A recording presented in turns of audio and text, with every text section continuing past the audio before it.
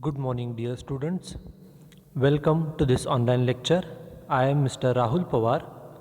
In today's lecture, we are going to study the concept of accounting frauds. This is the last concept of our topic, which is trends in accounting. Already, we have studied the concept of human resource accounting. After that, we studied the concept of environmental accounting. And in the previous lecture, we have studied the concept of social responsibility accounting. And now, to this lecture, we are going to study the concept of accounting frauds. In this particular concept, first we are going to study what is the meaning of fraud, what is the meaning of accounting fraud, and after that, we are going to study the different types of accounting frauds. आजच्या या लेक्चरमध्ये आपण आपला जो topic आहे trends in accounting यामधील चौथी आणि शेवटची कन्सेप्ट जी अकाउंटिंग फ्रॉड आहे ही कन्सेप्ट आपण पाहणार आहोत. या कन्सेप्टमध्ये सुरुवातीला अकाउंटिंग फ्रॉड म्हणजे काय आणि त्यानंतर शेवटी अकाउंटिंग फ्रॉड कशा पद्धतीने केले जातात त्याचे प्रकार कोणते हे आपण या लेक्चरमध्ये पाहणार आहोत. Okay, so let start with the first, what is the meaning of accounting fraud. You have studied the concept of fraud in the subject auditing in BCom Part 3 Semester 5th. Fraud he G concept आहे ही आपण BCom Part 3 मध्ये semester 5th मध्ये auditing या विषयामध्ये पाहिलेली आहे. What is fraud? Fraud is nothing but intentional mistake made by the employees to deceive or to defraud the owner of the business. Okay, whenever any employee makes any mistake intentionally, okay, and when there is an intention to deceive the owner and to get some personal benefit, then that particular intentional mistake is called as a fraud. ज्या वेळेला एखादा employee जाणीवपूर्वक चूक करतो, जाणीवपूर्वक तो करतो आणि तो कशासाठी चूक करतो तर बिझनेसचा जो कोण ओनर आहे त्यांना फसवून स्वतःला फायदा मिळवण्यासाठी ज्या वेळेला एखादा एम्प्लॉई जाणीवपूर्वक मिस्टेक करतो त्यावेळेला त्याला फ्रॉड असं म्हटलं जातं. And most important thing is frauds are always intentional. Frauds हे नेहमी इंटेन्शनली जाणीवपूर्वक केले जातात. And the object behind doing the fraud is to get some personal benefit. वैयक्तिक काहीतरी फायदा मिळावा या उद्देशानं नेहमी फ्रॉड हा केला जातो. Okay, so in fraud, a person, an employee makes mistake intentionally to get some personal benefit. स्वतःला काहीतरी वैयक्तिक फायदा मिळावा यासाठी जाणीवपूर्वक जी चूक केली जाते, जाणीवपूर्वक जी मिस्टेक केली जाते त्याला फ्रॉड असं म्हटलं जातं. Okay, this is the basic meaning of fraud. Now question arises, who is involved in doing such types of frauds? Generally, the employees are involved in doing the frauds, but sometimes the owner of the business, sometimes the management are also involved in doing the different types of frauds to deceive the various parties like shareholders, suppliers, creditors, banks, government, etc. Here there is a word deceive. What is deceive? Deceive means फसवणे.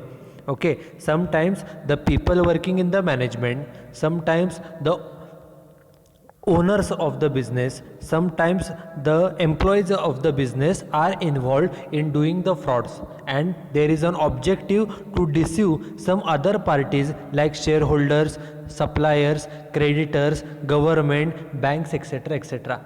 Okay, sometimes the shareholders who are the owners of the company, they are also involved in doing the frauds to cheat the government, to deceive the government, to deceive the financial institutions like banks. So we cannot say that only employees are involved in doing the frauds. Sometimes employees, sometimes management, sometimes the owner, sometimes all of them are involved in doing the frauds. And the basic objective of doing the frauds is to get some personal benefit. Okay, काहीतरी वैयक्तिक फायदा मिळवण्यासाठी हे intentionally चुका केल्या जातात, जाणीवपूर्वक mistake केल्या जातात, त्याला फ्रॉड्स असं म्हटलं जातं. Okay, now question arises, what are the different types of accounting frauds? Okay, हे जे फ्रॉड केले जातात हे अकाउंटिंगमध्ये कशा प्रकारे केले जातात? आपण जे बिझनेसच्या ट्रान्झॅक्शन्स रेकॉर्ड करतो, ओके, त्या बुक्स ऑफ अकाउंट्समध्ये फ्रॉड कशा पद्धतीने केले जातात तर basically there are 3 types of fraud. First type of fraud is made by doing misappropriation of cash. Okay, जे पैसे आहे पैशाचं मिसॲप्रोप्रिएशन, पैशामध्ये अफरातफरी करून फ्रॉड हा केला जातो. How it is made? The first way of doing misappropriation of cash is not recording the cash received. Okay, actually cash is received by the business from the debtor, from the customer, etc. Cash is received but it is not recorded in the books of account. It is misappropriated. जे पैसे मिळालेले आहेत ते आपण लगेच books of अकाउंट्समध्ये record करणं गरजेचं आहे, अकाउंटिंग त्याचं करणं गरजेचं आहे. परंतु कॅश मिळते त्याची एंट्री केली जात नाही, ते पैसे एम्प्लॉयकडून मिसअप्रोप्रिएट त्याची अफरातफर केली जाते. This is one way of doing the misappropriation of cash. Second way of doing misappropriation of cash is recording less amount than actually received. Suppose our business receives 5,000 rupees from a customer. 5,000 रुपये जर मिळाले असतील एखाद्या कस्टमरकडून, then journal entry should be cash account debit 5,000 to debtors account 5,000. But in accounting books, in books of accounts, the entry is recorded, but entry is recorded at a lesser amount. 5,000च्या ऐवजी 3,000ची 4,000चीच entry केली जाते आणि जे 1-2,000 रुपये जादाचे आहे ते misappropriate केले जातात. This is another way by which some employees makes the accounting fraud. Third way is to record the dummy expenses. Dummy expenses म्हणजे खोटे एक्सपेन्सेस जे ॲक्च्युली झालेले नाहीत. ओके, खर्च झालेले नसतात पण खर्च झालेला आहे असं खोटी पावती दाखवायची, खोटी ट्रान्झॅक्शन रेकॉर्ड करायची आणि ते पैसे स्वतः काही एम्प्लॉईज हे मिसअप्रोप्रिएट करतात. अकाउंटिंगचे जे आपले बुक्स आहेत, मग ते जर्नल असेल, लेजर असेल, यामध्ये अशा प्रकारे डमी एक्सपेन्सेस, खोटे एक्सपेन्सेस जे नाहीत असे एक्सपेन्सेस दाखवूनसुद्धा अशा प्रकारे फ्रॉड हा केला जातो. This is third way. Then fourth way is entering more amount than actually paid. Suppose there is a particular expenses which is ₹4,000. एखादा खर्च आहे, ॲक्च्युअल आहे, तो खर्च 4,000 आहे and it is paid, but it is recorded in the books of accounts at a higher amount. खर्च paid केला आहे 4,000, परंतु बुक्स ऑफ अकाउंट्समध्ये दाखवताना तो 4,500 पेड केला असं दाखवलं जातं. ॲक्च्युली पेड 4,000 केले, जे जादाचे 500 रुपीज आहे ते मिसॲप्रोप्रिएट केले जातात. This is another way by which the employees makes the accounting frauds. Then last way of doing misappropriation of cash is by way of teeming and lading. What is teeming and lading? Whenever any business sells goods to customer on credit basis, then some amount is due from the customer. ज्या वेळेला एखादा business कस्टमरला उधारीनं वस्तू विकतो त्यावेळेला त्या उधारीचे पैसे बिझनेसला येणं असतात त्या व्यक्तीकडून, त्याला आपण डेटर असं म्हणतो. आणि एखाद्या बिझनेसचे 10, 15, 20 डेटर्स असू शकतात. मग डेटर्सकडून जेव्हा पैसे मिळतात त्याचं मिसॲप्रोप्रिएशन हे केलं जातं. काय सांगितलं बघा, it means cash received from a customer is misappropriated. एखाद्या कस्टमरकडून, एखाद्या डेटरकडून जे पैसे मिळतात त्याचं अफरातफर केली जाते, ते पर्सनल बेनिफिटसाठी वापरले जातात. And cash received from another debtor, आणि जेव्हा दुसऱ्या कस्टमरकडून, दुसऱ्या डेटरकडून पैसे मिळतील, it is posted to the first debtor's account. दुसऱ्याकडून मिळालेले पैसे पहिल्या डेटरकडून मिळालेले आहेत असं दाखवलं जातं. ॲक्च्युली पहिल्या डेटरने पैसे अगोदरच दिलेले होते, ते आपण स्वतः मिसॲप्रोप्रिएट केले, स्वतःसाठी वापरले, आणि नंतर दुसऱ्या डेटरकडून मिळालेले पैसे कलेक्ट केले आणि ते पहिल्या डेटरचे आहेत अशा करून आपण एंट्री केली.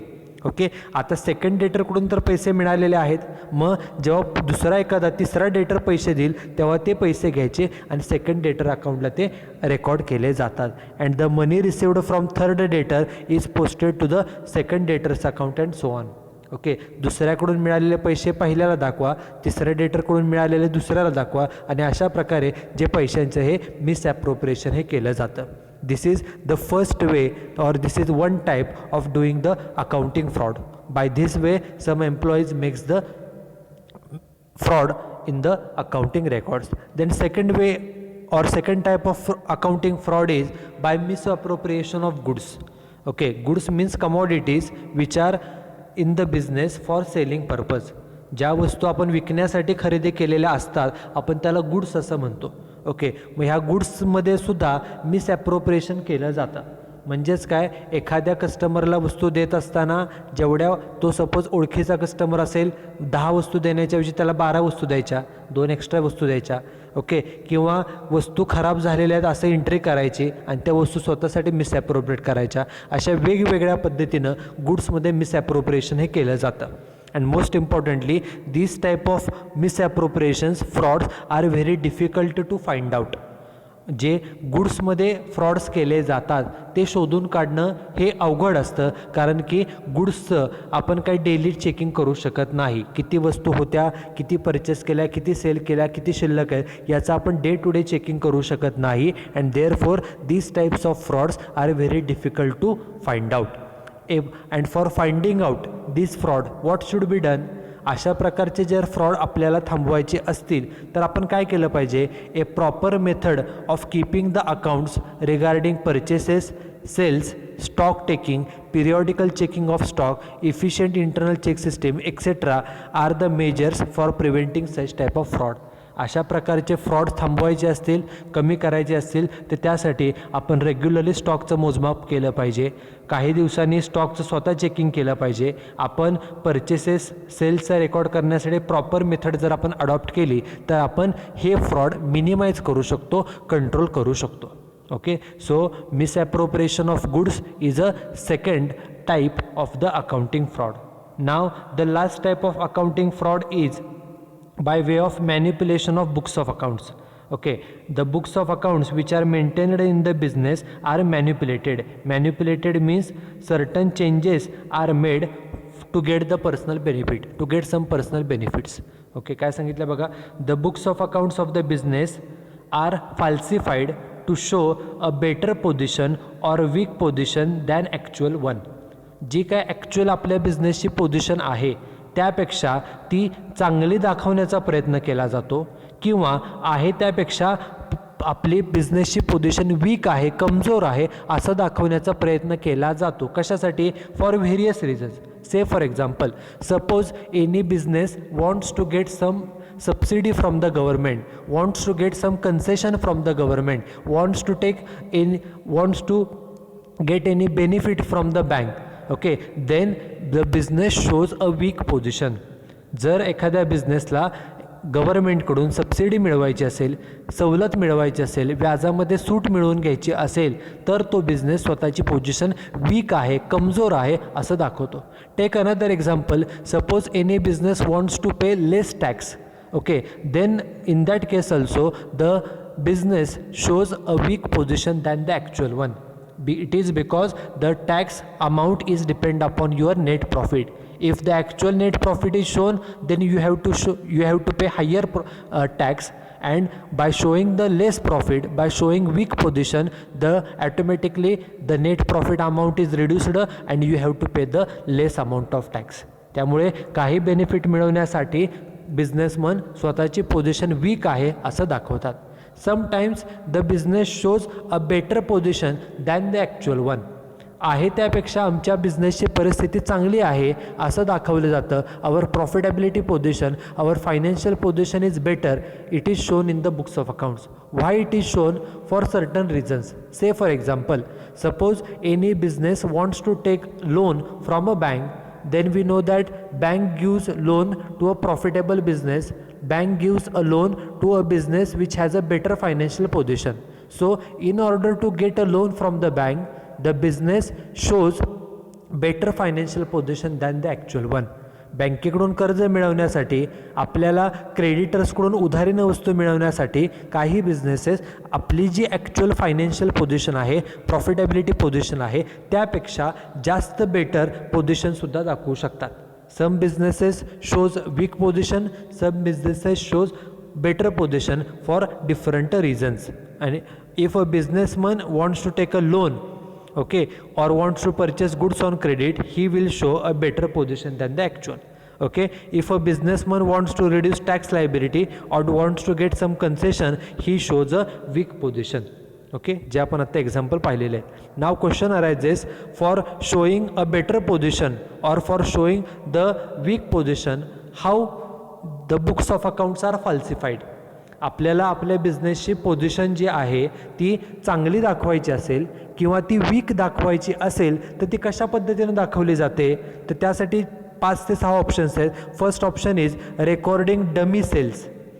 सेल्स जेवढे आहेत त्या दाखवण्याऐवजी त्यामध्ये काही खोटे सेल्स दाखवा. सेल्स जेवढे जास्त दिसतील तेवढा आपला प्रॉफिट जास्त दिसेल. Our profitability position will be much better. Or recording dummy purchases. वस्तू परचेस केलेल्या आहेत परंतु डमी काही परचेसेस दाखवायचे. परचेसेस हा खर्च असल्यामुळे परचेसेससाठी आपण अमाऊंट पेड केली, ॲटोमॅटिकली आपला नेट प्रॉफिट कमी दिसेल. नेट प्रॉफिट कमी दिसल्यामुळे आपली टॅक्स लायबिलिटीसुद्धा कमी होऊ शकते. So one way of doing accounting fraud or one way of doing the manipulation of books of accounts is to record dummy purchases and sales. आपण जर डमी परचेसेस आणि सेल्स दाखवले तर त्याच्यामुळे आपण आपली पोझिशन बेटर किंवा वीक दाखवू शकतो. This is one way. Second way is not recording or under recording the purchases or sales. Purchases हा खर्च आहे, खर्च तो रेकॉर्डच करायचा नाही किंवा कमी परचेसेस रेकॉर्ड करायचे. कमी खर्च रेकॉर्ड केला ॲटोमॅटिकली खर्च कमी म्हणजे प्रॉफिट जास्त, म्हणजे आपले प्रॉफिटेबिलिटी पोझिशन ही जास्त दिसेल. Or recording or not recording or under recording the sales. Sales जे केलेले आहेत ते कमी दाखवायचे. सेल्स हा इन्कम आहे, वस्तू विकल्या पैसे मिळाले आपलं इन्कम आहे. सेल्स कमी दाखवले, इन्कम कमी दाखवला की ॲटोमॅटिकली प्रॉफिटसुद्धा कमी दिसेल. प्रॉफिट कमी दिसला ॲटोमॅटिकली आपली टॅक्स लायबिलिटीसुद्धा कमी होईल. आपली पोझिशनसुद्धा बिझनेसची फायनान्शियल पोझिशन प्रॉफिटेबिलिटी पोझिशनसुद्धा वीक दिसेल. So for showing a better financial position or for showing a weak financial position we can do this option, or some employees are involved in doing such under recording of sales. This is the second option. Third option is overvaluation or undervaluation of stock. जो काय stock आहे त्याचं ओव्हरव्हॅल्युएशन केलं. Clothing stock, when clothing stock is overvalued it means it is recorded at a higher price. Okay, and when clothing stock is more automatically profit is also more. कारण closing stock आपण 11th पासून शिकलो आहे. Closing stock is shown on the trading account credit side. When amount of closing stock is more automatically the amount of net profit is also increases. So in order to show better financial position some businesses over values the closing stock and by under valuing the closing stock आपल्याला जो काही clothing stock आहे तो जर आपण कमी दाखवला, under value केला तर आपलं इन्कम कमी दिसतं. त्याप्रमाणे इन्कम कमी झाल्यामुळे प्रॉफिट कमी दिसतो. प्रॉफिट कमी झाला की टॅक्स लायबिलिटीसुद्धा आपली वाचते.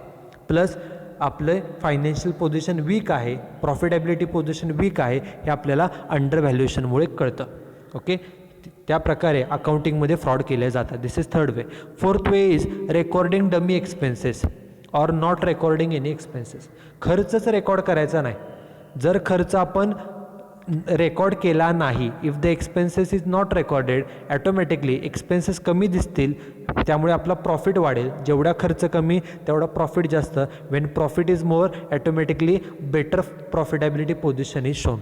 त्यामुळे जास्त चांगली पोझिशन दाखवायची असेल, प्रॉफिटेबिलिटी पोझिशन दाखवायची असेल तर काही एक्सपेन्सेस रेकॉर्ड केले जात नाही.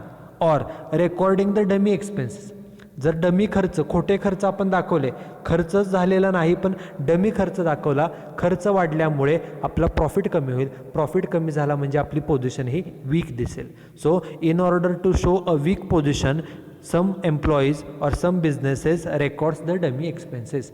आपली पोझिशन वीक दिसण्यासाठी, प्रॉफिट कमी दिसण्यासाठी काही खोटे खर्चसुद्धा रेकॉर्ड केले जातात. This is another way. Fifth way is recording dummy incomes. Okay, खोटं इन्कम दाखवायचं. इन्कम तर मिळालेलं नाही but it is recorded in the books of accounts and because of this income automatically our profit increases and our profitability position shows a better position. खोटे income दाखवल्यामुळे आपला profit वाढतो. Income जेवढा जास्त तेवढा प्रॉफिट जास्त दिसेल आणि जेवढा प्रॉफिट जास्त तेवढंच आपली पोझिशन ही स्ट्रॉंग आहे हे त्याप्रमाणे दिसू शकतं.